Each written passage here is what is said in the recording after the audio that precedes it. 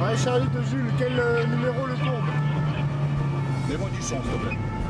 À 2 pas de la fête, un de leurs collègues a besoin de renfort. Alors qu'il effectuait un simple contrôle routier, un individu a refusé de s'arrêter. L'homme a pris la fuite à toute allure. Au volant de sa voiture, il pourrait provoquer un accident. C'est un numéro? Putain, je dis un numéro, me dit le cimetière. En quelques minutes, c'est une course-poursuite qui s'engage dans les petites rues de l'arrondissement. Toutes les voitures de police présentes dans le secteur sont appelées en renfort. Et finalement, après 5 minutes de poursuite, une bonne nouvelle tombe à la radio. Ils sont serrés, mec. J'ai besoin de savoir où est-ce qu'ils sont partis. Il est ressorti, le gars, il vient de l'arrêter, là, le visage en sang. De toute façon, Julien, prends la caisse à là pour moi, s'il te plaît. Les 2 individus ont été stoppés un peu plus loin par une autre équipe de la BAC. On se calme tout de suite. Voici le premier fuyard. C'était le passager du véhicule. Je suis tombé, j'étais derrière, je suis tombé, la barre elle a tapé mon visage. Je peux me montrer ce que j'ai, je sais même pas ce que j'ai, je me suis fait mal. Je suis en train de demander du secours, elle me dit, viens, je sais pas. L'homme s'est blessé à la joue droite en s'enfuyant. Un peu plus loin, le conducteur du véhicule a lui aussi été arrêté. Nous, on en a un là, on a le gars qu'on t'a chopé quand t'étais au bout là-bas.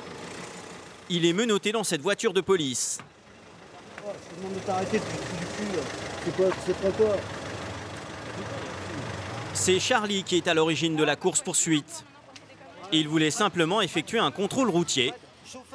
Tout a dégénéré, mais Charlie a évité le pire.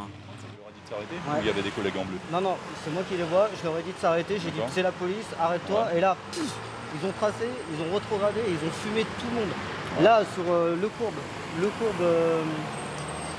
convention, ils ont failli percuter 2 bagnoles, et puis en fait, ils ont tapé la Clio qui est là. D'accord, c'est bon, ok. Voilà. Et c'est pour ça que l'autre, il est ouvert, parce qu'il y a le capot qui est tout enfoncé devant.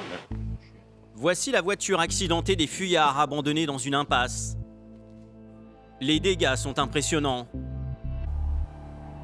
Dans leur course folle, ils ont percuté cet autre véhicule. À bord, un couple avec un bébé qui rentrait tranquillement à son domicile. La femme est très choquée. Mais moi j'ai senti un peu le coup, hein. Il nous a vraiment percuté. Oui, non, mais faut pas hésiter, si vous avez mal, faut le dire. Moi je sens un peu la tête. Là, au niveau du cou? Non, un peu là. J'ai senti, c'est comme si, alors je peux pas expliquer parce que c'était tellement pas si vite. Okay. Mais j'ai senti en fait le coup. Faut les SP pour la dame. Elle a eu le coup du lapin, là. Plus de peur que de mal pour la dame. Les 2 jeunes, eux, sont mis en garde à vue sur le champ. Pour Fred et ses collègues de la BAC, c'est l'incompréhension. Les 2 individus ont refusé le contrôle routier sans raison apparente. Et les policiers n'en sauront pas plus. Les 2 jeunes n'en sont pas à leur premier méfait. Au commissariat, ils refusent catégoriquement de coopérer. Tu me dis que tu n'es pas connu, tu es connu en plus. Non. Ah oui. J'ai fait quoi? Un vol de scoot. T'as jamais volé de moto? J'ai jamais volé de moto. Peut-être on m'a attrapé, on m'a confondu dans la rue, après je suis sorti, j'avais rien. Tu ressors hein, pour ça déjà? J'ai rien fait. Pour faire parler ce jeune homme, Fred va tenter un dernier coup de bluff. Par contre, fais gaffe à ton copain. Il a fait quoi? Bah, il te balance.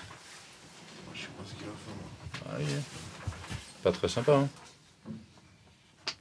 hein. Le jeune n'en dira pas plus.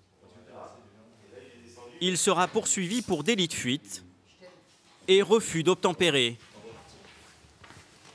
Bon, c'est bon pour moi.